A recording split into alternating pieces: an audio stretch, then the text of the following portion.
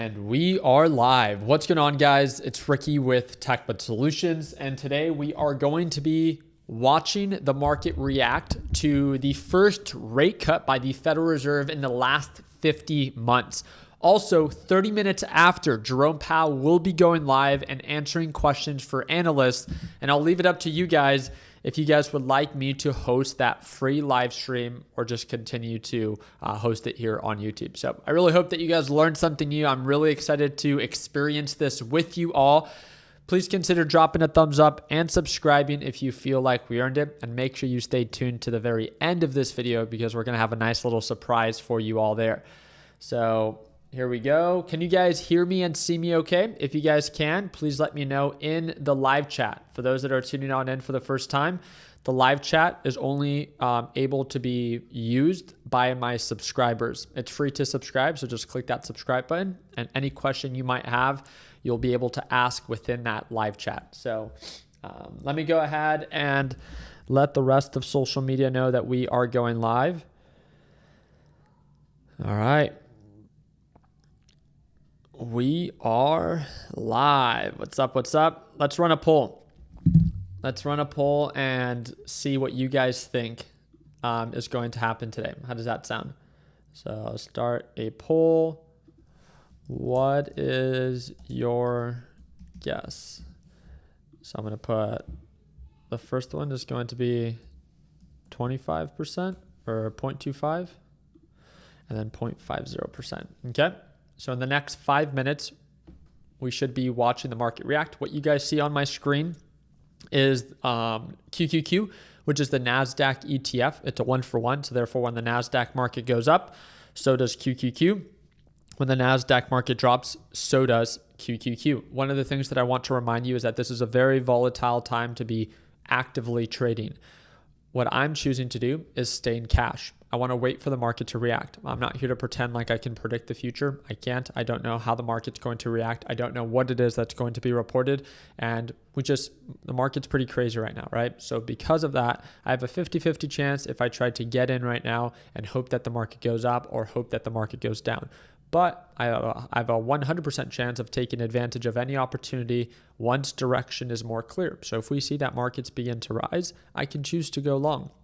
If I see that markets begin to drop, I can choose to go short. I know that that's a very boring way to trade. It's just the more calculated and a safer way to trade. I'm here to share that with you, not because I feel like you need to do it, but I just want you to understand my thought process behind it. So, all right, there it goes. We have about 65% of you that are saying that there's going to be a 65% of you, it's going to be a quarter basis point. 25 basis points is going to be the cut. Let's see what everyone else has to say. All right. Let's see. It looks like we are live. We have a good amount of you guys here. It looks like only a few of you have dropped a thumbs up. We have about 2,000 of you guys so far. And again, if it's not too much to ask, please consider dropping a thumbs up and subscribing, especially for what we're going to be giving away at the end of the live stream. You do not want to miss it. And again, all I ask you to do is subscribe and drop a thumbs up to the YouTube channel. So smash that like button. I like it. I got my spaghetti over here, but don't worry. I'll move the microphone back so you guys don't hear me eating my spaghetti.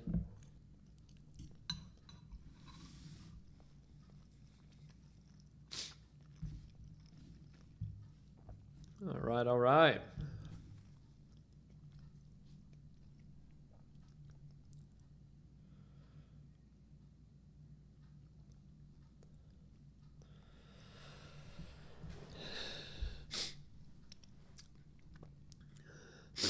So no change, that's Trump's man. Trump says no. I do not know about the no change. I'm pretty confident that there's going to be a cut today, and Jerome Powell stated that in one of his most recent Fed meetings and conferences. So I think the market's pretty certain that there's going to be some form of cut. It's just how much.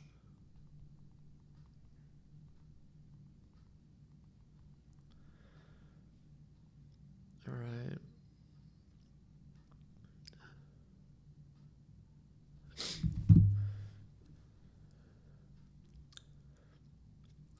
Ricky, any opinions on Intel? And here it goes. 1 minute left for the market to react. 1 minute left.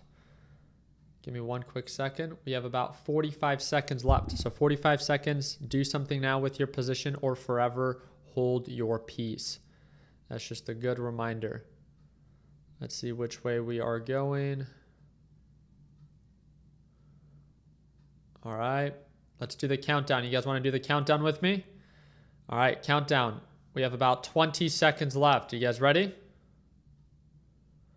20 seconds left. 19, 18, 17, 16, 15, 14, 13, 12, 11, 10, 9, 8, 7, 6, 5, 4, 3, 2, 1. Oh, wait. Market's rising. What do we have going on here?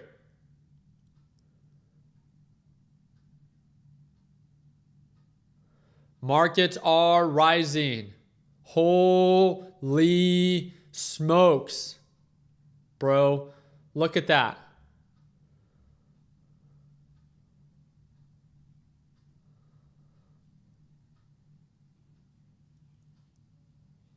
Oh my goodness.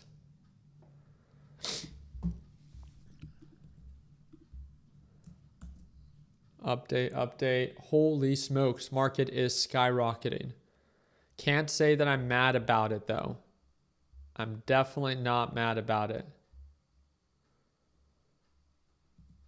Here it goes. Market's extremely overbought. What do we have going on here?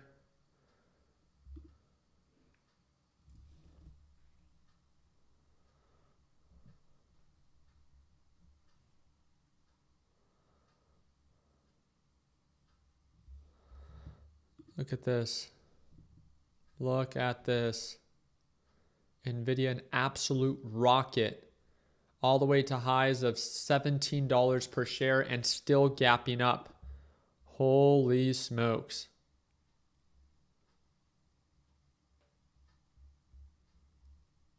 Wow.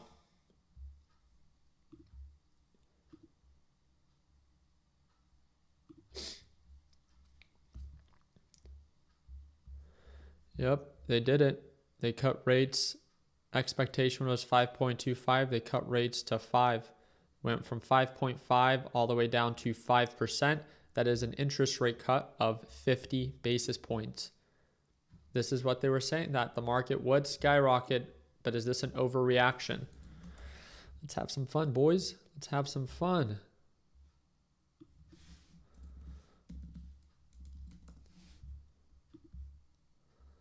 Let's see. I said 100% interest rate cut. That is wild. Hey, you guys can't start changing your poll answer now. In all honesty, and again, this is why I made it very clear. Every video that I talked about, I made it very clear that I do not know how the what the Federal Reserve is going to do, right? It's very silly to try to pretend like we know. Has the Federal Reserve shown that it's been a little bit more on the conservative side lately? Yes, 100%. With that being said, we never know. And to try to pretend like let's say that I would pretend like, oh, I have an ego of like, oh no, market has to drop or market has to sell off or anything like that.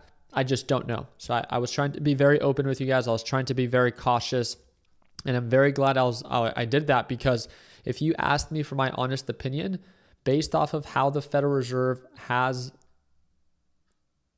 been for all of this year, they've been very cautious. So it would have not surprised me if they eased into it, right? But it looks like they wanted to be a little bit more aggressive up front, and market looks like it liked it. So a nice little gap up here for NASDAQ, but now we're beginning to correct ourselves. So this is what you see me entering. I am actively shorting NVIDIA at these overbought levels just due to a possible overreaction. So my position is not very heavy right now. I'm just easing into it. 250 shares, it's about $29,000 per 250 shares. And we're making money as this thing begins to correct itself. It looks like some people are beginning to take profits. And again, I know that this market can quickly change on me. and find a support and begin to recover. So I'm also going to take that into consideration.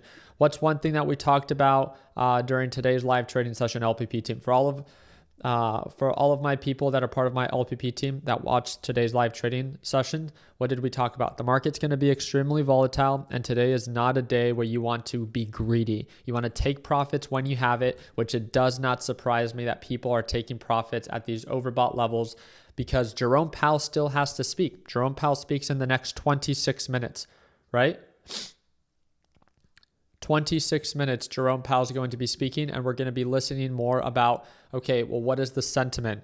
What do we have planned for 2024? What do we have planned for 2025? And those are the questions that we really hope that we get from analysts. Do you guys see that there's beginning to be somewhat lack of progress on the downside?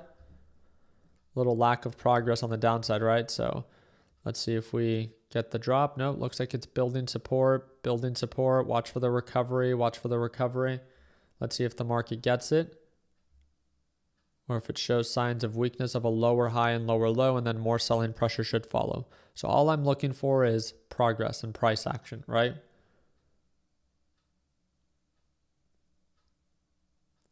So a 50 basis point cut is not good. That's a sign that there may be more concern about unemployment. The concern is there. The concern has always been there since they took so long to start cutting interest rates. That has always been there. Does this maybe emphasize or put the nail in the coffin that, now it is a little bit more of a race maybe to start cutting rates? Sure. Maybe they see that they were a little bit late. They wanted to be a little bit more aggressive in the beginning. Sure. Here we go. Coming back to retest. This is a higher low. So this would be, in a sense, good for the bulls if the demand continues. Adding more to my short, another 500 shares, which is about $58,000 actively shorting NVIDIA. We're also beginning to see lack of progress on QQQ. So a lot of consolidation here, but again, it's a very volatile day. Market direction can quickly change on me. I'm not even going to say you. I'm going to say it could change on me. It could quickly go up, and then I would have to manage and mitigate my risk, right? So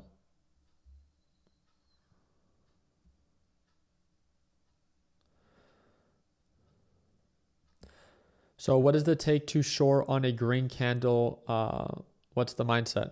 The idea would be that it's an overreaction, right? Just like any reaction on the way up, it can be an overreaction where people begin to take profits, just like we saw. There was a liquidity grab there. A lot of people began to lock in profits, and the selling pressure followed.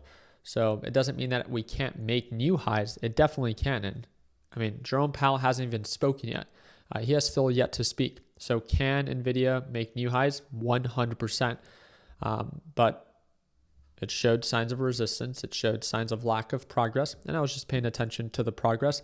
There's lack of progress there and a huge gap down potential. And again, it's a very common saying within the market that any reaction can be an overreaction in this market. So let's see.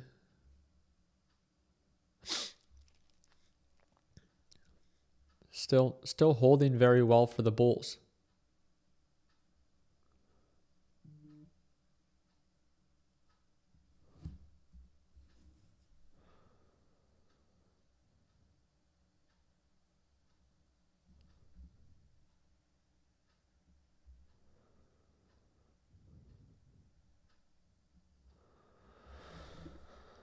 All right, we're still not getting the progress on the downside that I would like to see.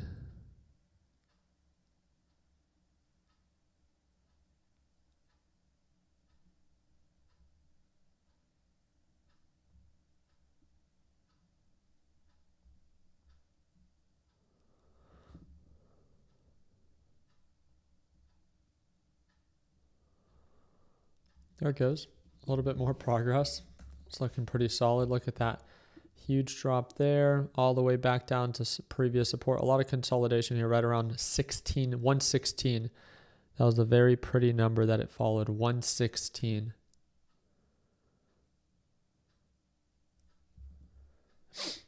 All right. And again, thank you guys for tuning on in. Hopefully we can get closer to the 2,000 likes. Again, I do plan to live stream up until Jerome Powell begins to speak. So again, if you guys want me to go live for the entire time, all I ask you to do is drop a thumbs up. And if it's not too much to ask, maybe you can consider subscribing to the channel if you feel like we earned it. That was the 900th like. I like that. Please live stream more. Definitely. I'm happy to be here. I made myself available, so be more than happy to continue to host. Here it goes. Still showing signs of support, a lot of consolidation. We're beginning to see lack of progress, so I should probably be a little bit lighter on my position. And remember, quick little question for you. If I'm actively shorting a stock, how do I lock in profits? For some of you, that's going to be like a duh kind of response, but let the beginners that are just getting into this. If I'm shorting a stock, how do I lock in profits? Do I sell the stock? What do I do? What do I do? I'm trying to lock in profit on my short. Stop loss, buy back. You buy back to cover. I can promise you that there's a few of you guys in here that weren't aware of that. It's a different thing, right? It's not something that everyone knows.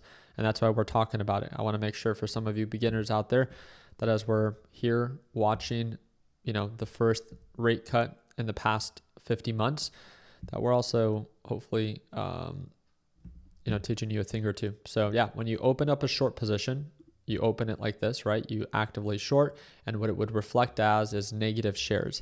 And when you have negative shares, you have to, get it back to zero, right? So then you buy them back to cover. So when you see me locking in profit on my short position, you're going to see me buying those shares. I'm not buying those shares to go long. I'm buying those shares, and it's called buying back to cover. It's a weird way of thinking, but because you have negative shares, instead of selling them, you buy them back, and then it closes you out on that trade. So like, let's say that you have 100 shares shorting NVIDIA, it would reflect as negative 100 shares. And to lock in profits on those negative 100 shares, you then buy 100 shares, and then that will lock in profits. Okay? Perfect. Beautiful drop. Beautiful drop. Keep going. Keep going. Keep going, buddy. Keep going, buddy. Keep going. Keep going. Keep going. Watch for breakup. Watch for new low. I'm going to play it safe, right? No time to be greedy. I just bought back 500 shares. That's just a portion of my position. I'm beginning to reduce my position size at oversold levels, just in case it does begin to consolidate or show signs of a support. It's kind of like taking profits when a stock is overbought and you've reached your target. It's just a way for you to be able to take part of your profit while still allowing a portion of that position to continue to run. It's allowing your runners to run, right? This thing is running down, therefore it's making me money as it's selling off. There it goes, pulling back to that EMA. I'm going to buy back another 500 shares, which is about $57,000 that I'm locking in profits on. That's just the position. That's not profit. I didn't make $57,000. If I made $57,000 right now, I'd be bouncing off these dang walls, okay? So, and for those that are asking how much it is that I'm up, I have it covered right now. I'll show you guys I'll show you guys in a few minutes. The reason I have it covered is we call it the blind trading challenge. How many people that are part of LPP have watched that video, the blind trading challenge? The whole point of it is, have you ever taken a trade? I just reduced another 500 shares. And here it goes. It's testing oversold range. I'm going to buy back to cover my full position. I have 650 more shares. You see how quickly it found its support? This is why you have to be super careful. Look at that. My short was not going exactly according to plan. In about 3 minutes, it formed the entire sell-off, and then in just 1 minute, it's beginning to recover. This is to show that, again, this is why it's so important to be paying attention to what it is that you are trading. And I could have been a little bit more mindful of my position size, because I should have sold my entire position, I should have closed my entire position on the short as we got closer to this support, okay? But the whole point of the blind trading challenge is, How many times as a trader have you locked in profits or have you not locked in profits because of how much you're up or down? You look at that dollar amount and you're like, I just want to be up $100 and I'm up $95 right now. I'm going to sell when I'm up $100. I don't want to make that mistake, because how many times have you made the mistake that you wait for that $100 milestone or whatever that milestone is for you, and then you just don't hit it, right? You just don't hit it. You get greedy, you focus on the dollar amount, and you don't focus on the actual trade opportunity. And because of that, you end up regretting it. So it looks like it's showing signs of consolidation. I'm just going to go ahead and lock in that position altogether. I am fully out, and now I'm ready to go long. So I'm going to go in light. Now I'm actually going long. I'm going to go in long, buying into the dip. So now I'm actually going long. I'm buying into the dip. And there it goes. It's beginning to show signs of a recovery. Strong recovery there. Now buying in 250 share increments. Let's see how much we're up so far on the day. $4,200. And just so you could see, $4,200, my position size is only 450 shares, the position that you just saw me take, and that's to go long. Beautiful, beautiful. And I'll chip away. I'll add a little bit more to it as direction becomes favorable. There it goes, $4,200. And a quick little disclaimer, I don't trade with $5,000 to make $5,000, right? You guys, I was talking to you guys about my position size, so be mindful of that. You as a beginner, if you're trading with $5,000 or $10,000 or $15,000, first off, I think that's way too much to start trading with. But second, I trade with $500,000. Not all of my positions are $500,000, but I can trade up to that. And I say this because I don't want you to compare my profits to yours.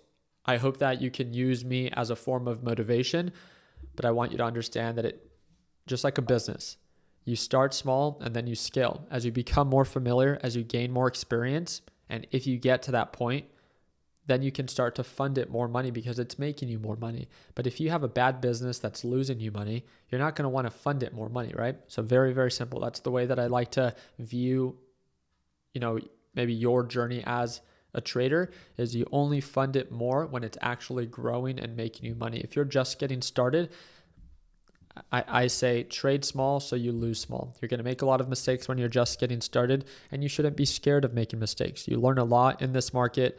It's extremely humbling. And I think that one of the worst things that you can do is, just because you have money, if you jump into this market thinking that you're just going to automatically start winning, if you start copying other people or whatever the case might be, that's a terrible mindset to have. Think about it. You learn nothing by copying. Think about it how it was in high school. You learn nothing by copying, right? Or in college. Like, if you're really trying to do this for yourself and to really understand what it is that you are doing. And yeah, I think that's one of the, just hopefully a good suggestion to encourage you to have good intentions in how you choose to approach the market. And here it goes. Watch for new highs. Let's see, we're at 1,300 likes. We got 4,400 of you guys here. Okay, so old support acting as new resistance. I'm not going to be greedy here. This position is not going how I wanted. So I will sell most of my position. And if it continues to go up, so there it goes. I locked in profits on 750 shares. I shouldn't be up too much. Yeah, $4,500 is what I'm up. I left myself with 200 shares total, which is about, what is this? About $23,000. So I still left, an open position, but you have to think about it. It's all about what you're able to tolerate. So for someone that is just getting into this market, you might be like, holy crap, that's still $23,000. And I get that. But what I want to remind you is we all tolerate things differently. My tolerance is much higher because I trade with much more money, right? I've been doing this for years. So therefore, $23,000 is a little bit on the lighter side when it comes down to an open position. It's all about percent. So if $500,000 is 100% of my account, when I'm talking about 23 to 25,000, at that point we can be talking about 2.5% of my trading account. So it's a fraction, right? The same thing can be for you. If I'm in with 2.5%, then what does that look like for you? If you trade with $1,000, then obviously You would have to be mindful of that, of what's a light position for you. I hope that these analogies make sense. The whole thing that I'm trying to emphasize is in the next 12 minutes, Jerome Powell is going to be speaking. I don't want to be very aggressive in the next few minutes on how I trade. I don't mind taking advantage of opportunities, but I definitely want to be mindful of the volatility that's about to present itself. The market right now could be bullish. When he begins to speak, it could completely skyrocket or it could completely crash. I don't want to hear any excuse in the live chat of, oh my God, this market's rigged. Like, I think when I hear people speak like that, and let me know in the live chat if it's just me, I just think about like a bunch of victims, like victim mentality. If all you're going to do is blame the market, like, please do yourself a favor and just remove your funds from your trading account and like, just don't do it. I don't know how else to word it, because you are the only person that is deciding on what to buy and what to sell, right? So if you decide to carry that position knowing that he's about to speak and knowing the volatility that might follow, that is 100% your fault. It is in your control to close it out. It is in your control to not open that position. So if you are okay with opening that position and holding it open while he begins to speak, you have to be okay with all of the good and all of the bad that is about to present itself. This is not a pick-me market or a victim market. This is, you open yourself. Any open position is a position that's open to risk. And don't get me wrong. Can you be surprised? Like, ignorance is something that can get you in a lot of trouble in this market. I am no like excuse to that. There's many times, like, how do you think I learned everything it is that I know now? Because I made a ton of mistakes. I've carried positions into FOMC meetings. I've experienced that, and I've won sometimes and I've lost sometimes. And I began to understand that, hey, maybe it's not the worst idea to stay a little bit on the lighter side of things. And for some of you, this is going right over your head. You might be like, this guy's a professional yapper. That's all he likes to do. And sure, all I'm trying to explain to you is my why. The why I choose to be a little bit more calculated leading up to a significant live stream for when the head of the Federal Reserve is about to, give some words. Okay? There's no magic sauce. It's caution. It's you proceed with caution during volatile times. If you open your position, it's open to risk. No excuses. It is only your fault if you choose to carry it. So, as of right now, market's bullish. The Federal Reserve has announced that they're going to be cutting they cut interest rates by 50 basis points. This is exciting news for everyone that wants rates to go down. But we'll see how the market reacts long term. Remember, this is today. This is also very different than how the market can react tomorrow. There it goes, beginning to drop, adding more to my short position, right? We're just playing with resistance and support zones here. A very simple textbook setup. A lot of consolidation here, same resistance, a lot of support here. And the thing that I like about this is that we have pretty healthy margins. This is a 1.75% move. I view that to be pretty healthy. So I like it. How am I doing so far in this live stream? For those that are tuning on in for the first time and that have never watched me trade live, am I doing an okay job kind of explaining what is going on, what to expect, my thought process behind my trade? You are a yapper, but you got something to yap about. I love that. Well, I'll take that as a compliment, I think. Does it make sense? Okay. Sweet. I'm happy to hear that feedback. You should focus less on lecturing and focus more on what? I didn't view it to be a lecture, but if that's how you took it, then it is what it is. Sweet. Well explained for beginners. Yep. Thank you. I appreciate that, man. And in the next 7 minutes, Jerome Powell is going to be going live. I already have it ready here. So this is the live stream for when he begins to speak. So I will have it open in the next 6 minutes. He will be going live. We'll be watching it together. And any questions that you have, just feel free to ask in that live chat, and I'd be more than happy to break it down. I also do want to take this time, just a quick little reminder. You guys definitely do not have to, but the first link that you guys see in the description of this video, we have a politician trade tracker. We track every politician's trades on a weekly basis. So a lot of you guys know that a lot of politicians, such as Nancy Pelosi, but she's not the only one. Many others are outperforming the S&P 500, and they're worth tens of millions, if not hundreds of millions of dollars.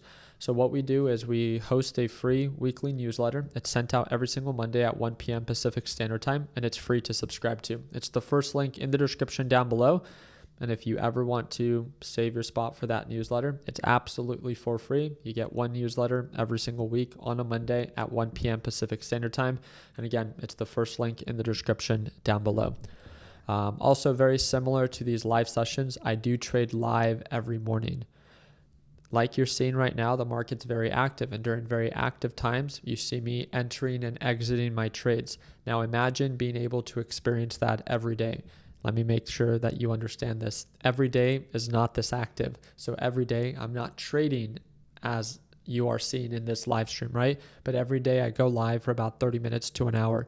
And if you think that you learn best by watching me do, what I do have for you is whoever it is that wants it, I'm going to post the link here. So whenever it is that you guys feel like you are ready, LPP is a one-time payment. So you guys could see it. It's the second link in the description down below. A lot of you guys know that LPP 3.0 is currently with our beta test group. LPP 3.0 is going to be coming out. It's kind of like a full revamp of LPP. If you sign up for 2.0, which is what we have now, you will get automatic access to LPP 3.0. So I just want to make sure that you are aware of that. I kind of like this setup. And it's the second link in the description down below. What I'm going to do for the first 10 people, if you want to watch me trade live every day, so first 10 people only, I'm going to give you $175 off. So I'm going to pin it in the live chat whenever you feel like you are ready. It's going to be pinned in the live chat. You can click that link. It's going to automatically discount it $175. So you get in for, I think, $325. And remember, it's a one-time payment, lifetime access. You're going to get to watch me trade live every day, and you get access to all of the updates. If you wait to sign up when LPP 3.0 comes out, it's going to go up. It's not going to be $325. It's going to be $700. So again, you don't have to sign up now, but if you've been thinking about signing up, by signing up now, you get access to 3.0. And again, it should be linked in the live chat if you want that discount. All right.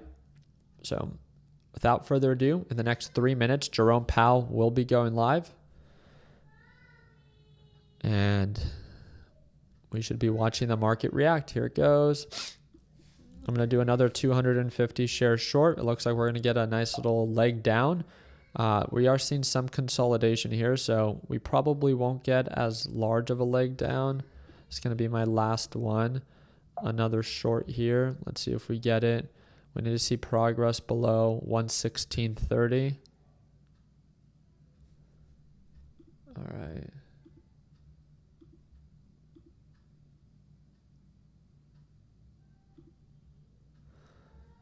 All right.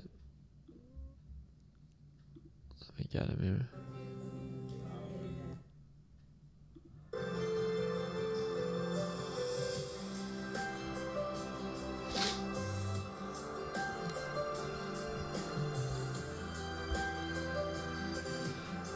All right.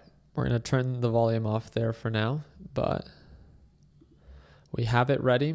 That's going to be in the next 2 minutes. And if you guys have ever seen any of those memes of like when Jerome Powell begins to speak that there's crazy volatility, it sometimes is like that. So when he begins to speak, markets can all of a sudden begin to skyrocket. Markets can all of a sudden begin to drop. he has, in my opinion, a lot more influence to the market right now than anybody else. He has a lot more influence than the president, in my opinion. Anytime that we hear Biden speak, anytime that we hear Jerome Powell speak, he definitely does move the market. So just be mindful of that, right? Just be cautious and just know that this is, especially if you're a beginner, this is probably going to be a very unique time to just be watching the market. You don't have to be trading. Just watch. Watch how the market reacts today. Watch how the market reacts when he begins to speak. Watch how the market reacts after the live stream is over. You will see that there's shifts of demand. And then also pay attention to how the market reacts days after, 1 day after, 1 week after. And you will begin to pick up on these patterns of like, wow, something that was so important today for a few hours isn't so important maybe, 1 week from now, or maybe it is, right? So then you will begin to pick up on, these previous patterns and how the markets shift. So let's go ahead and I'll stop yapping.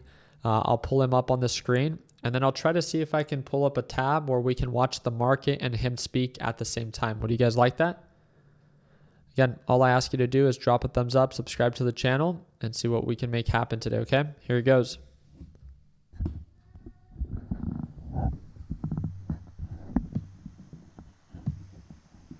He's not speaking yet, so just a heads up.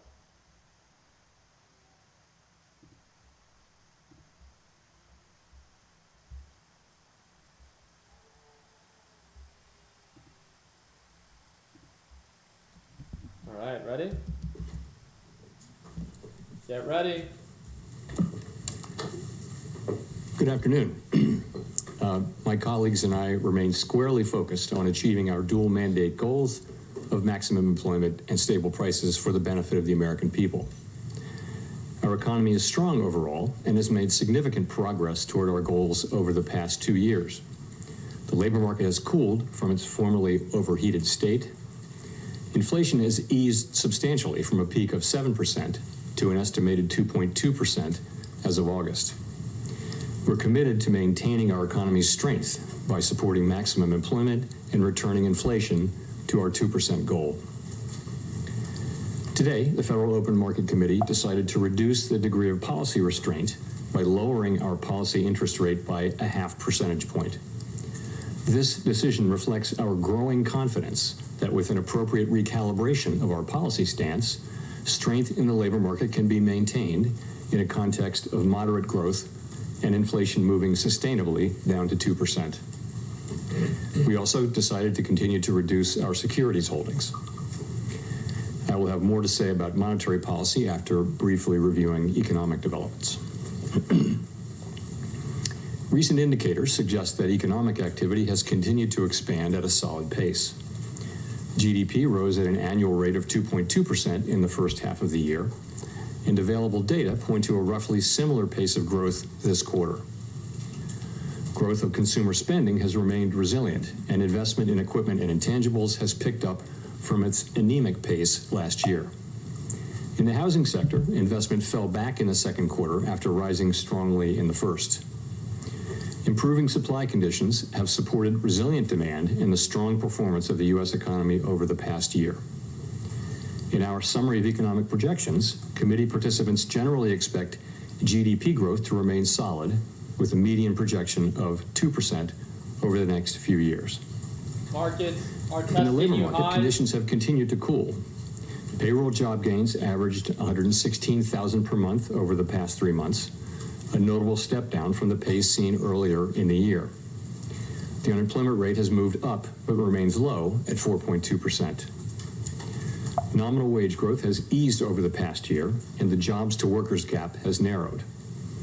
Overall, a broad set of indicators suggests that conditions in the labor market are now less tight than just before the pandemic in 2019. The labor market is not a source of elevated inflationary pressures. The median projection for the unemployment rate in the SEP is 4.4% at the end of this year, 0.4 higher than projected in June. Inflation has eased notably over the past 2 years, but remains above our longer run goal of 2%. Estimates based on the Consumer Price Index and other data indicate that total PCE prices rose 2.2% over the 12 months ending in August, and that excluding the volatile food and energy categories, core PCE prices rose 2.7%. Longer-term inflation expectations appear to remain well anchored, as reflected in a broad range of surveys of households, businesses, and forecasters, as well as measures from financial markets. The median projection in the SEP for total PCE inflation is 2.3% this year and 2.1% next year, somewhat lower than projected in June. Good. Thereafter, the median projection is 2%. Our monetary policy actions are guided by our dual mandate to promote maximum employment and stable prices for the American people. For much of the past 3 years, inflation ran well above our 2% goal, and labor market conditions were extremely tight. Our primary focus had been on bringing down inflation, and appropriately so.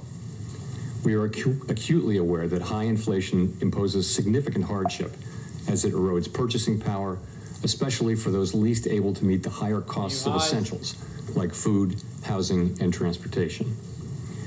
Our restrictive monetary policy has helped restore the balance between aggregate supply and demand, easing inflationary pressures and ensuring that inflation expectations remain well anchored. Market's very overbought. Our patient approach over the past year has paid dividends. Inflation is now much closer to our objective, and we have gained greater confidence that inflation is moving sustainably toward 2%. As inflation has declined and the labor market has cooled, the upside risks to inflation have diminished and the downside risks to employment have increased. We now see the risks to achieving our employment and inflation goals as roughly in balance, and we are attentive to the risks to both sides of our dual mandate.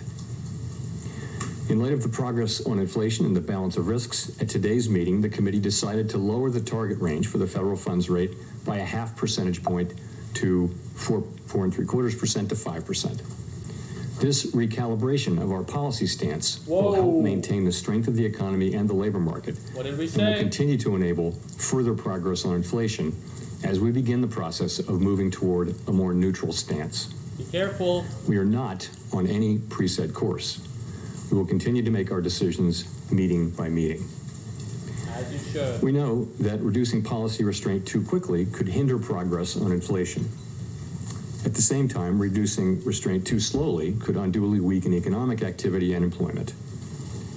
In considering additional adjustments to the target range for the federal funds rate, the committee will carefully assess incoming data, the evolving outlook, and the balance of risks. In our SEP, FOMC participants wrote down their individual assessments of an appropriate path for the federal funds rate based on what each participant judges to be the most likely scenario going forward. Dropping. If the economy evolves as expected, the median participant projects that the appropriate level of the federal funds rate will be 4.4% at the end of this year and 3.4% at the end of 2025. This is the projection everyone was looking for. These median projections are lower than in June, consistent with the projections for lower inflation and higher unemployment, as well as the changed balance of risks. These projections, however, are not a committee plan or decision. As the economy evolves, monetary policy will adjust in order to best promote our maximum employment and price stability goals. If the economy remains solid and inflation persists, we can dial back policy restraint more slowly. If the labor market were to weaken unexpectedly or inflation were to fall more quickly than anticipated, we are prepared to respond. Policy is well positioned to deal with the risks and uncertainties that we face in pursuing both sides of our dual mandate. The Fed has been assigned two goals for monetary policy: maximum employment and stable prices. We remain committed to supporting maximum employment, bringing inflation back down to our 2% goal, and keeping longer-term inflation expectations well anchored. Our success in delivering on these goals matters to all Americans. We understand that our actions affect communities, families, and businesses across the country. Everything we do is in service to our public mission. We at the Fed will do everything we can to achieve our maximum employment and price stability goals. Thank you. I look forward to your questions. Here are the questions. Steve Leisman, CNBC. Thank you, Mr. Chairman, for taking our questions. In July, you said you weren't necessarily thinking about a 50. You didn't want to be specific, but you said you were thinking about a 50. The inflation data last week came out a little firmer than expected. Retail was strong, third quarter GDP running 3%. So what changed that made the committee go 50, and how do you respond to the concerns that perhaps it shows the Fed is more concerned about the labor market? And I guess, should we expect more 50s in the months ahead? And based on what should we make that call? Thank you. Loaded question. Good one, though. So, okay, a lot of questions in there. Let me jump in. Thank you. Since the last meeting, we have had a lot of data come in. We've had the 2 employment reports, July and August. We've also had 2 inflation reports, including one that came in during blackout. We had the QCEW report, which suggests that suggests that the payroll report numbers that we're getting may be artificially high and will be revised down. You know that. We've also seen anecdotal data like the Beige Book. So we took all of those and we went into blackout and we thought about what to do, and we concluded that this was the right thing for the economy, for the people that we serve, and that's how we made our decision. So that's one question. What was the second and third? How do we make the sorry, thank you, sir. How do we figure out in the months ahead, is there another 25 or 50 coming in based on what shall we make that call? Thank you. Sure. So a couple things. A good place to start is the SEP, but let me start with what I said, which was that we're going to be making decisions meeting by meeting based on the incoming data, the evolving outlook, the balance of risks. If you look at the SEP, you'll see that it's a process of recalibrating our policy stance away from where we had it a year ago when inflation was high and unemployment low, to a place that's more appropriate given where we are now and where we expect to be. And that process will take place over time. There's nothing in the SEP that suggests the committee is in a rush to get this done. This process evolves over time. Of course, watch for a break. That's a projection. That's a baseline projection. We know, as I mentioned in my remarks, that the actual things that we do will depend on the way the economy evolves. We can go quicker if that's appropriate. We can go slower if that's appropriate. We can pause if that's appropriate. But that's what we were contemplating. I would point you to the SEP as just an assessment of where what the committee is thinking today, what the individual members, rather, of the committee are thinking today, assuming that their particular forecasts are realized. Watch for the drop. Excuse me. Hi, Chris Rugaber at Associated Press. Thank you. The projections show that the Fed officials expect the Fed funds rate to still be above their estimate of long-run neutral by the end of next year. So does that suggest you see rates as restrictive for that entire period? Does that threaten the weakening of the job market that you said you'd like to avoid? Or does it suggest that maybe people see the short-run neutral as a little bit higher? Thank you. I think the way I would really characterize it is this. I think people write down their estimate, individuals do. I think every single person on the committee, if you ask them what's your level of certainty around that, they would say there's a wide range where that could fall. So I think we don't know. There are model-based approaches and empirically based approaches that estimate what the neutral rate will be at any given time. But realistically, we know it by its works. So that leaves us in a place where we expect, in the base case, to be continuing to remove restriction, and we'll be looking at the way the economy reacts to that, and that'll be guiding us in our thinking about the question that we're asking at every meeting, which is our policy stance the appropriate one?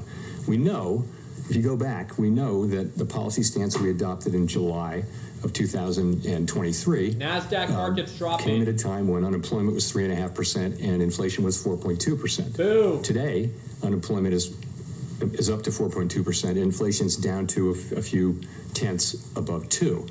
So we know that it is time to recalibrate our policy to something that is more appropriate given the progress on inflation and on employment moving to a more sustainable level. So the balance of risks are now even. And this is the beginning of that process. I mentioned the direction of which is toward a sense of neutral. And we'll move as fast or as slow as we think is appropriate in real time. But what you have is our individual accumulation of individual estimates of what that will be in the base case. Howard. I'm buying that market.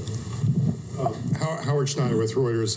Idiot. How close was this in terms of a decision? You do have the first dissent by a governor since 2005, I think. Horrible, Phil. Was the weight clearly in favor of a 50, or was this a very close decision? I think we had a good discussion. If you go back, Terrible. I talked about this at Jackson Hole, but I didn't address the question of the size of the cut, left it open, and I think we left it open going into blackout. And so there was a lot of discussion back and forth, good diversity of opinion, excellent discussion today. I think there was also broad support for the decision that the committee voted on. So I would add, though, look at the SEP. All 19 of the participants wrote down multiple cuts this year, all 19. That's a big change from June, right? 7 of them wrote down 3 or more, 17 of the 19 wrote down 3 or more cuts, and 10 of the 19 wrote down 4 or more cuts. So, there is a dissent, and there's a range of views, but there's actually a lot of common ground as well. Follow up to that, now that this is in the books, can you give us some guidance, as sort of follow up to Steve, on the pacing here? Would you expect this to be running every other meeting once we get into next year? We're going to take it meeting by meeting. As I mentioned, there's no sense that the committee feels it's in a rush to do this. We made a good, strong start to this, and that's really, frankly, a sign of our confidence. Confidence that inflation is coming down toward 2% on a sustainable basis. That gives us the ability. We can, make a good, strong start, but. And I'm very pleased that we did. To me, the logic of this, both from an economic standpoint and also from a risk management standpoint, was clear. But I think we're going to go carefully, meeting by meeting, and make our decisions as we go. Gina. Hi, Chair Powell. Gina Smilek of the New York Times. Thanks for taking our questions. You and your colleagues in your economic projections today see the unemployment rate climbing to 4.4% and staying there. Obviously, historically, when the unemployment rate climbs that much over a relatively short period of time, it doesn't typically just stop. It continues increasing. Yep. And so I wonder if you can walk us through why you see the labor market stabilizing, sort of what's the mechanism there, and what do you see as the risks? So, again, the labor market is actually in solid condition. And our intention with our policy move today is to keep it there. You can say that about the whole economy. The U.S. economy is in good shape. It's growing at a solid pace. Inflation is coming down. The labor market is in a strong pace. We want to keep it there. That's what we're doing. Sorry, Nick. That was his answer?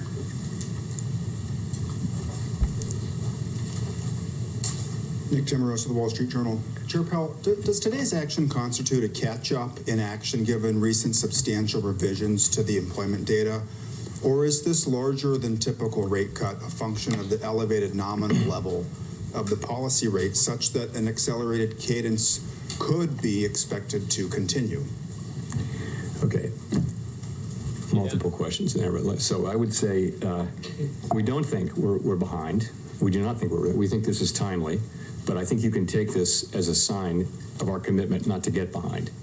So it's a strong move. Sorry, your other question was? Well, is this about what happened in the employment data between this meeting and the last meeting, or is this about the level of the funds rate, the high nominal level of the funds rate relative to what might be expected if you're trying to maintain equilibrium? So I think it's about, we come into this with a policy position that was put in place, as you know, I mentioned in July of 2023, which was a time of high inflation and very low unemployment. We've been very patient about reducing the policy rate. We've waited. Other central banks around the world have cut many of them several times. We've waited, and I think that patience has really paid dividends in the form of our confidence that inflation is moving sustainably down to 2%. So I think that is what enables us to take this strong move today. I do not think that anyone should look at this and say, oh, this is the new pace.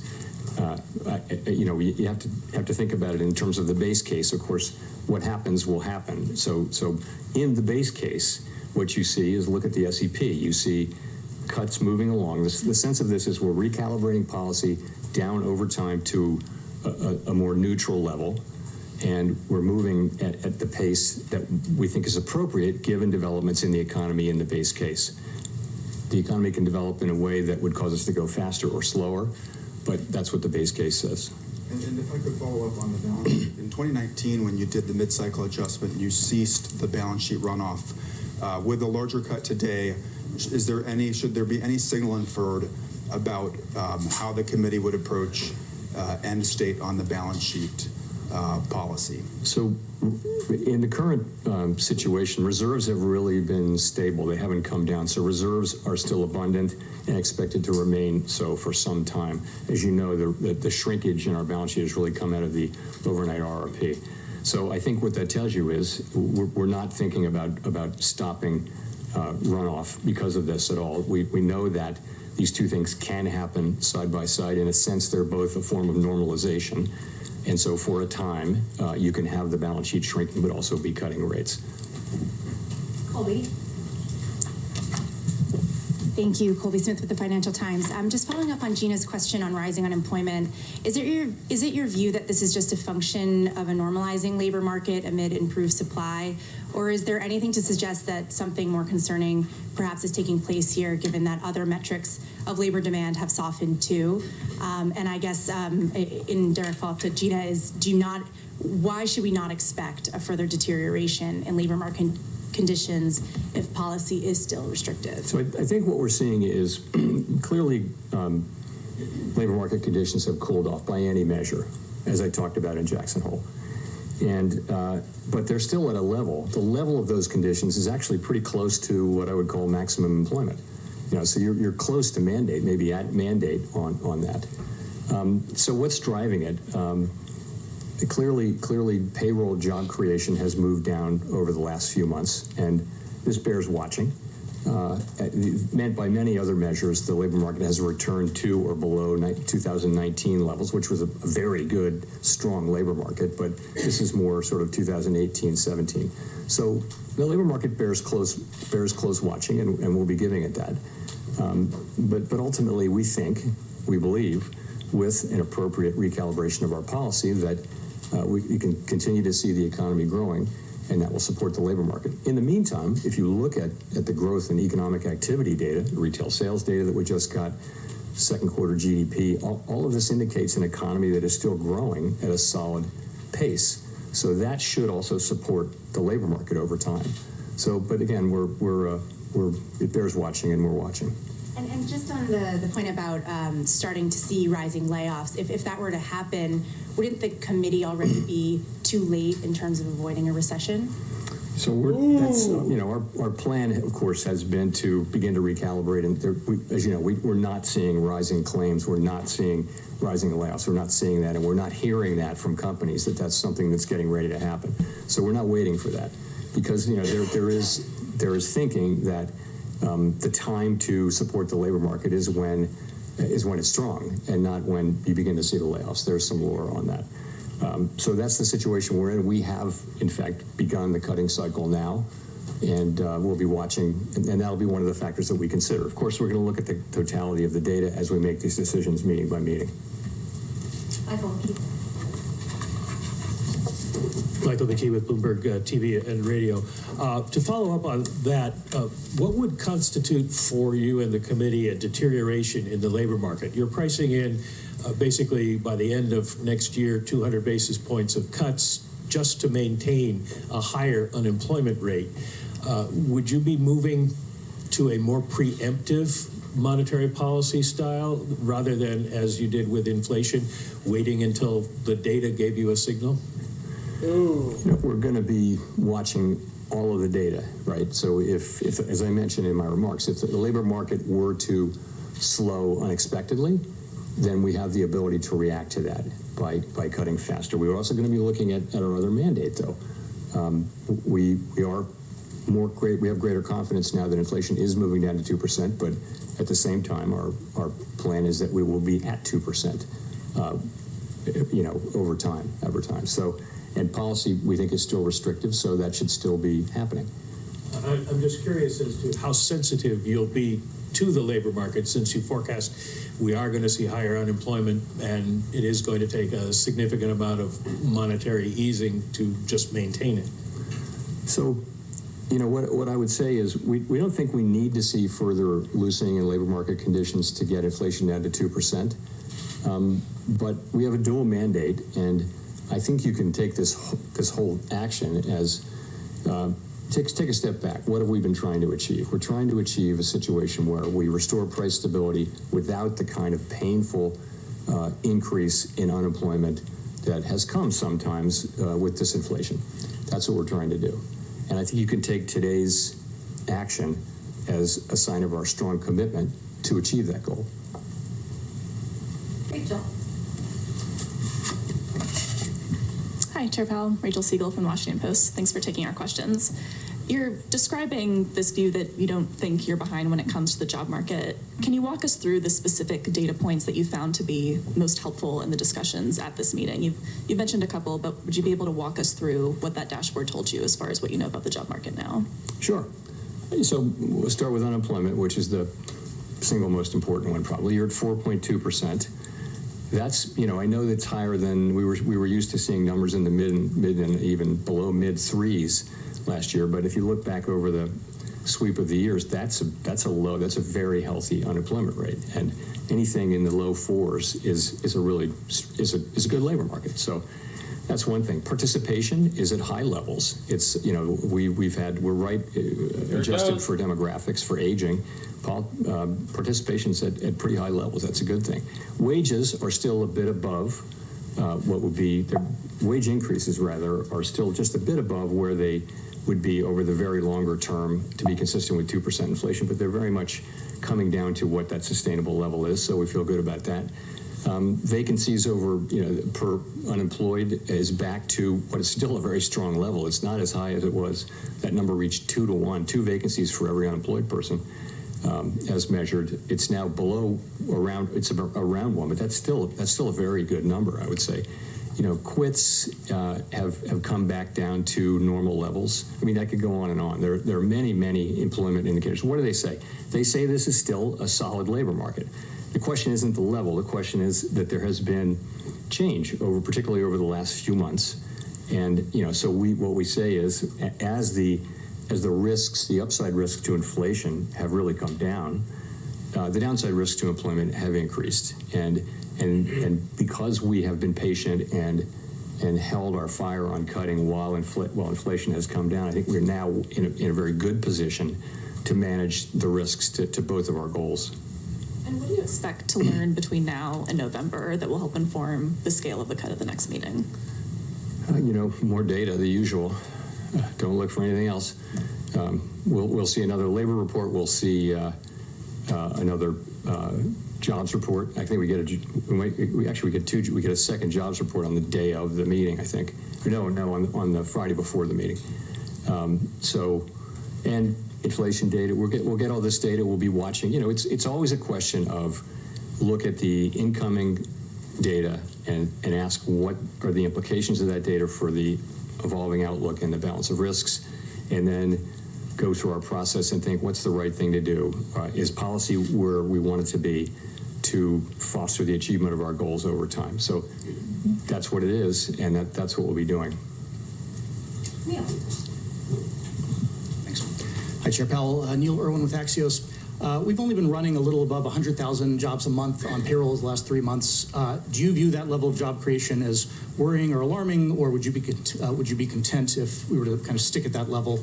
And relatedly, one of the welcome trends of the last couple of years has been labor market steam coming out through job openings falling rather than job losses.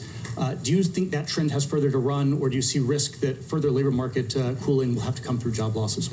So on the job creation, it depends on the inflows, right? So if you're having millions of people come into the labor force, and you're creating 100,000 jobs, you're going to see unemployment go up. So it really depends on what's the trend underlying the volatility of people coming into the country. We understand there's been quite an influx across the borders, and that has actually been one of the things that's allowed unemployment rate to rise. And the other thing is just the slower hiring rate, which is something we also watch carefully. So it does depend on what's happening on the supply side.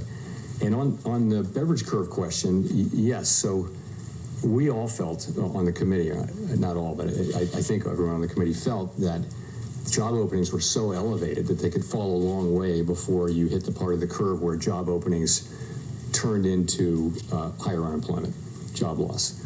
And yes, I mean, I think we are, it's hard to know that you can't know these things with great precision, but certainly it appears that we're very close to that point, if not at it, so that further declines in job openings will translate more directly into unemployment. Jerome Powell But looks a little it's been a great ride shaken down. up, a little bit more nervous today. I don't know if it's just me. Tightness come out of the labor market in that form without it resulting in lower employment.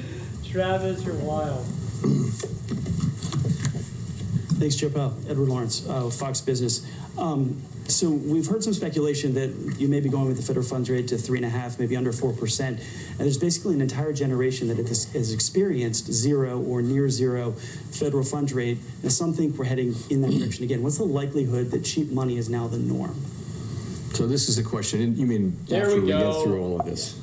It's just a great question that we can only speculate about.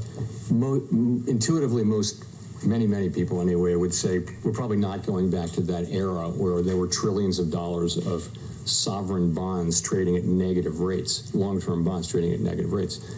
And it looked like the neutral rate might even be negative. So there was people were issuing debt at negative rates.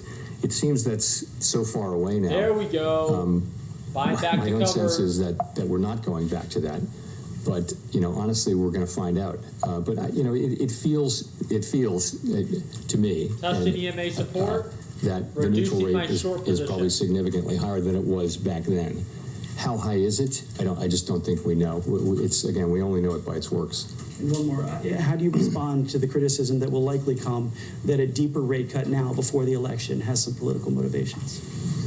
Yeah, so this is my fourth presidential election at the Fed, and it's always the same. We're always going into this meeting in particular and asking what's the right thing to do for the people we serve, and we do that, and we make a decision as a group, and then we announce it, and that's always what it is. It's never about anything else. Nothing else is discussed, and I would also point out that the things that we do really affect economic conditions for the most part with a lag.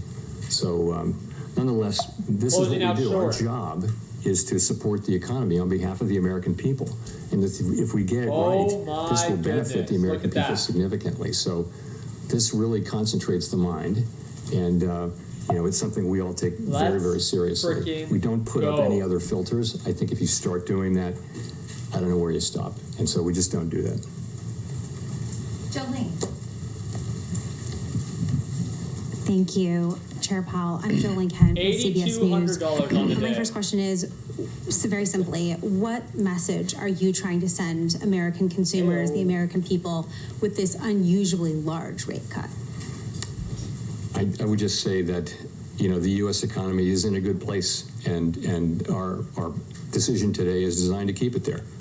More specifically, the economy is growing at a solid pace. Inflation is coming down closer to our 2% objective over time. And the labor market is still in solid shape. So our intention is really to maintain the strength that we currently see in the U.S. economy.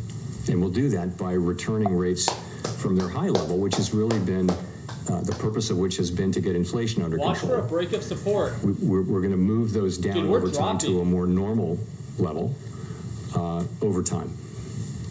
Just a quick follow-up to that. Listening to you talk about inflation moving meaningfully down to 2%, declaring a decisive victory over inflation and rising prices. No, we're not. So inflation, what we say is we want inflation, the goal is to have inflation move down to 2% on a sustainable basis. And, we're not really, we're close, but we're not really at 2%. And I think we're going to want to see it be, around 2% and close to 2% for some time. But we're certainly not we're not saying mission accomplished or anything like that. But I have to say, though, we're encouraged by the progress that we have made.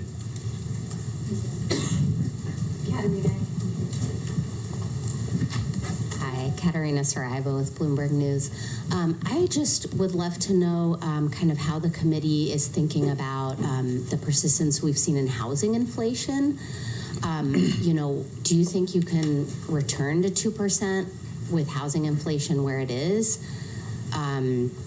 Yeah. So housing inflation is the one piece that is kind of dragging a bit, if I can say. Delayed indicator. We know that market rents are doing what we would want them to do, which is to be moving up at relatively low levels, but they're not rolling over. The leases that are rolling over are not coming down as much, and OER is coming in high. So, it's been slower than we expected. I think we now understand that it's going to take some time for those lower market rents to get into this, but watch for the break. The direction of travel is clear, and as long as market rents remain, relatively low inflation over time, that will show up. Just the time it's taking now, several years rather than just one or two cycles of annual lease renewals. So I think we understand that now, but I don't think the outcome is in doubt. Again, as long as market rents remain under control, the outcome is not in doubt. So I would say it's the rest of the portfolio, or of the elements that go into core PCE inflation have behaved pretty well. They all have some volatility. We will get down to 2% inflation, I believe, and I believe that ultimately we'll get what we need to get out of the housing services piece too. It doesn't Some seem of very your confident colleagues have today. expressed concern that with starting to cut rates, you could reignite demand in housing and see prices go up even more. Yep. What's the likelihood of that, and how would you react to that? So the housing market, it's hard to game that out. The housing market is in part frozen because of lock-in with low rates. People don't want to sell their home, so because they have a very low mortgage, it'd be quite expensive to refinance. As rates come down, people will start to move more, and that's probably beginning to happen already. But remember, when that happens, you've got a seller, but you've also got a new buyer in many cases. So it's not obvious how much additional demand that would make. I mean, the real issue with housing is that we have had and are on track to continue to have not enough housing. And so it's going to be challenging. It's hard to zone lots that are in places where people want to live. It's all of the aspects of housing are more difficult. And where are we going to get the supply? And this is not something that the Fed can really fix. But I think as we normalize rates, you'll see the housing market normalize. And I mean, ultimately, by getting inflation broadly down and getting those rates normalized and getting the housing cycle normalized, that's the best thing we can do for householders. And then the supply question will have to be dealt with by the market and also by government. Victoria. Hi, Victoria Guido with Politico. Just following up on some of the labor market talk earlier, monetary policy operates with long and variable lags, and I'm wondering how much you see being able to keep the unemployment rate from raising too much comes from the fact that you're starting to act now, and that's going to give people more room to run versus just the labor market is strong. And then also, if I could, following up on Nick's question, do you see today's 50 basis point move as partially a response to the fact that you didn't cut in July, and that sort of gets you to the same place? So you're right about lags, but I would just point to the overall economy. You have an economy that is growing at a solid pace. If you look at forecasters or talk to companies, they'll say that they think 2025 should be a good year too. So there's no sense that the U.S. economy is basically fine. If you talk to market participants, I mean, business people who are actually out there doing business. So I think our move is timely. I do, and as I said, you can see our 50 basis point move as a commitment to make sure that we don't fall behind. So you're really asking about your second question. You're asking about July, and I guess if you ask, if we'd gotten the July report before the meeting, would we have cut? We might well have. We didn't make that decision, but we might well have. I think that's not. That doesn't really answer the question that we ask ourselves, which is let's look. At this meeting, we're looking back to the July employment report, the August employment report, the two CPI reports, one of which came, of course, during blackout, and all of the other things that I mentioned. We're looking at all of those things, and we're asking ourselves, what's the policy stance we need to move to? We knew it's clear that we clearly, literally, everyone on the committee agreed that it's time to move. Holy smokes. It's just how fast do you go, and what do you think about the path forward? So this decision we made today had broad support on the committee, and I've discussed the path ahead. Elizabeth. Thank you, Chair Powell. Elizabeth Schulze with ABC News. Mortgage rates have already been dropping in anticipation of this announcement. How much more should borrowers expect those rates to drop over the next year? I like that. Very hard for me to say. That's from our standpoint.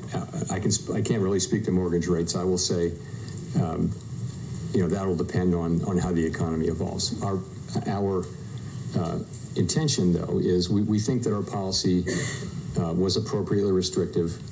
We think that it's time to begin the process of recalibrating it to a level that's more neutral rather than restrictive. We expect that process to take some time, as you can see in the projections that we released today. And if things work out according to that forecast, other rates in the economy will come down as well.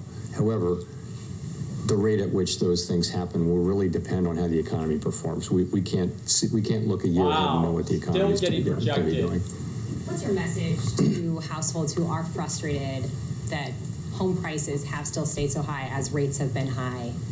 What do you say to those households? Well, what I can say to the public is that we had a burst of inflation.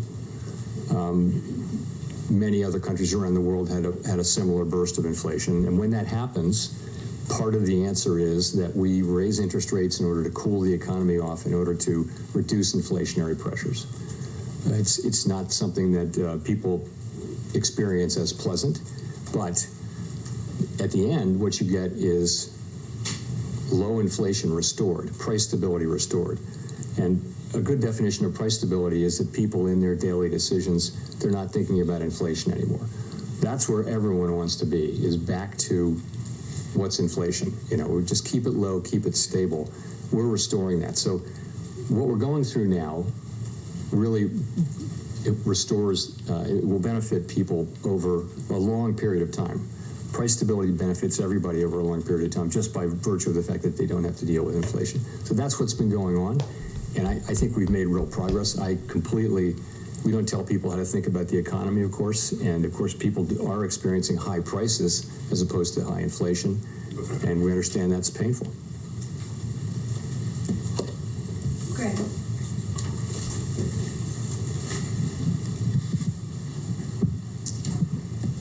Hi, Chair Powell. Greg Robb from MarketWatch.com. I was wondering if you could go through, you said just at the beginning that coming into the blackout, there was like an open thought of 25 or 50. The Fed could move either 25 or 50. I would sort of argue that when we had those two last speeches by Governor Waller and New York Fed President John Williams, that they were sort of saying that maybe a gradual approach was going to win the day. I mean, I sort of want to ask a 7-part question about this, but I mean, could you talk, would you have cut rates by 50 basis points if the market had been pricing in like low odds of a 50-point move like they were last Wednesday? After the CPI number came out, it was a really small probability of a 50-point cut. Does that play in your consideration at all? Just talk a little bit about that. Thank you. We're always going to try to do what we think is the right thing for the economy at that time. That's what we'll do. And that's what we did today. Simon. Wow. Short answer. Thank you, Chair Powell. Simon Rabinovich with The Economist. You've mentioned how closely you're watching the labor market, but you also noted that payroll numbers have been a little bit less reliable lately because of the big downward revisions. Does that put your focus overwhelmingly on the unemployment rate? And given the SEP projection of 4.4 basically being the peak in the cycle, would going above that be the kind of thing that would trigger another 50 basis point cut? So we will continue to look at that broad array of labor market data, including the payroll numbers. We're not discarding those. I mean, we'll certainly look at those, but we will mentally tend to adjust them based on the QCEW adjustment, which you referred to.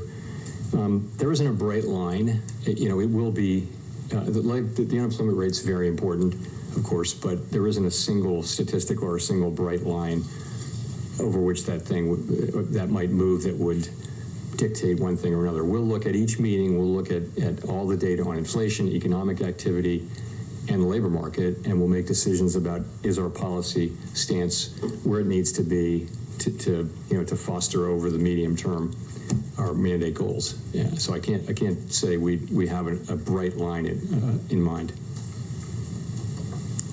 Matt Egan. Thanks, Chair Powell. Matt Egan from CNN. I know that you discussed earlier how the Fed does whatever the right thing is and nothing else factors in. But in general, can you talk about whether or not you believe a sitting U.S. president should have a say in Fed decisions on interest rates? Because that's something that former President Trump, who obviously appointed you, has previously suggested. And I know the Fed is designed to be independent, but why? Can you tell the public why you view that so important? Sure. So countries that are democracies around the world, countries that are sort of like the United States, all have what are called independent central banks. And the reason is that people have found over time that insulating the central bank from direct control by political authorities avoids making monetary policy in a way that favors maybe people who are in office as opposed to people who are not in office. So that's the idea, is that, and I think the data are clear that countries that have independent central banks, they get lower inflation. And so we do our work to serve all Americans. We're not serving any politician, any political figure, any cause, any issue, nothing. It's just maximum employment and price stability on behalf of all Americans. And that's how the other central banks are set up too. It's a good institutional arrangement, which has been good for the public. And I hope and strongly believe that it will, continue.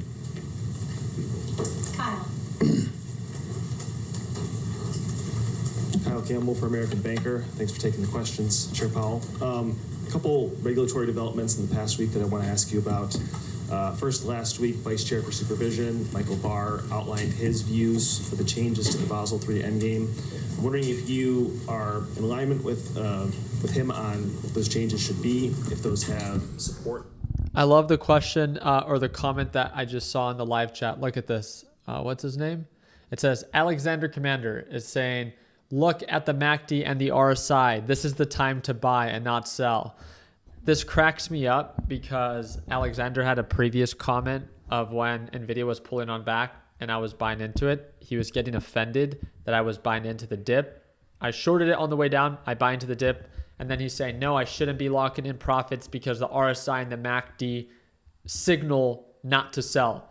Imagine trading solely off of an indicator. And sure, using these indicators as a reference is good, is useful as a trader to some degree. Alexander, my account is not your account. The amount that I'm up is not the amount that you're up. We trade with probably completely different dollar amounts. I focus on price action. I do like to use the indicators as a reference, but never as a sole reason on why to take a trade. This is the part that cracks me up, that everyone has such a loud opinion on how I should do things. But guess what? Money talks, brother, right? And I'm happy to use you as an example. I still have 1,000 shares open, but I wanted to make sure that I did my part in reducing my position size. Just in case it does continue to rally, I have 1,000 shares, which is about $114,000 invested in this position. So happy to take advantage of an opportunity, but I can promise you one thing, Alexander, I would never be listening to trolls like you in this live chat to take a trade. I really hope that you guys see this, right? Just like when I take a trade, when I'm entering a position, when I'm exiting a position, I'm doing it based off of what I see.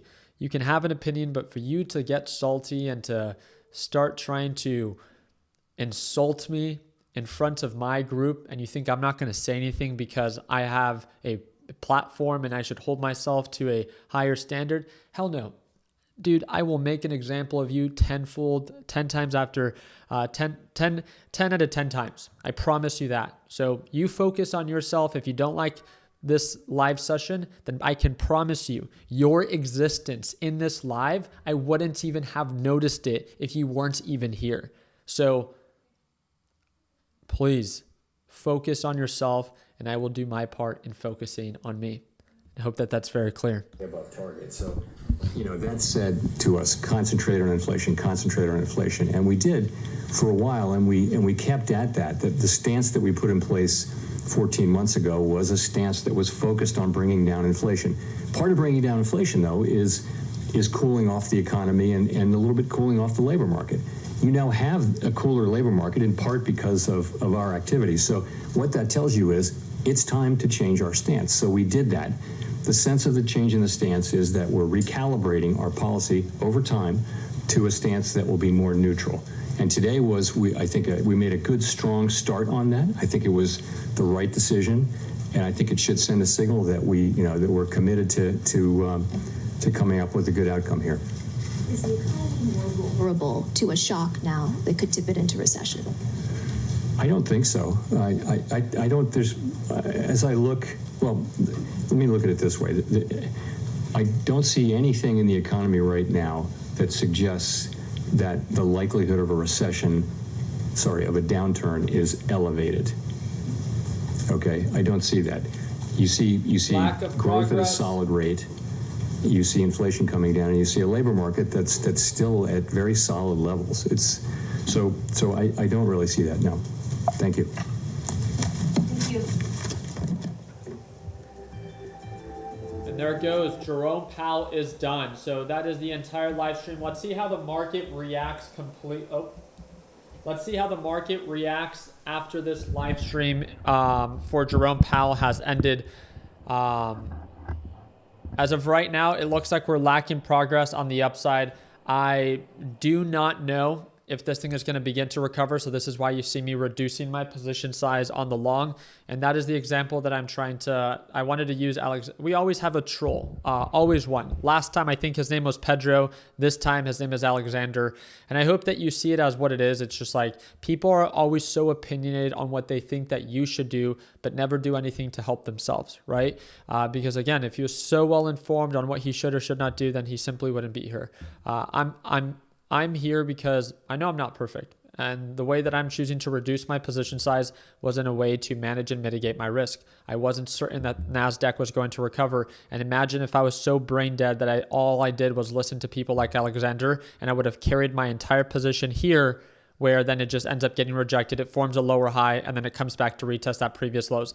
This is why, again, when in doubt, never be afraid to cash out. I would rather play it safe than to be sorry.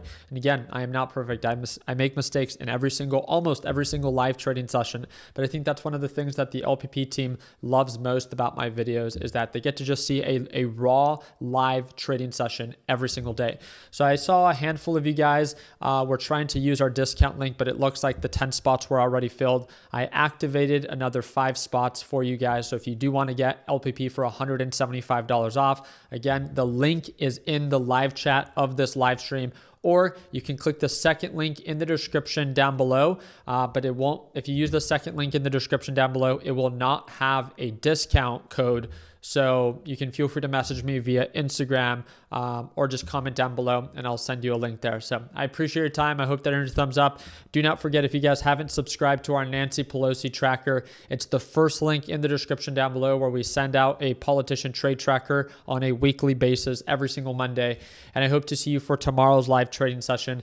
Again, so far on the day, $8,800. Most of it was all caught within this live trading session. So from start to finish, again, I like to show you guys all of the good trades, all of the bad trades, a raw live trading session every single time. And I hope that that's something that you saw value in. Hope that earned a thumbs up. Please consider subscribing. And like always, let's make sure that we end the year on a great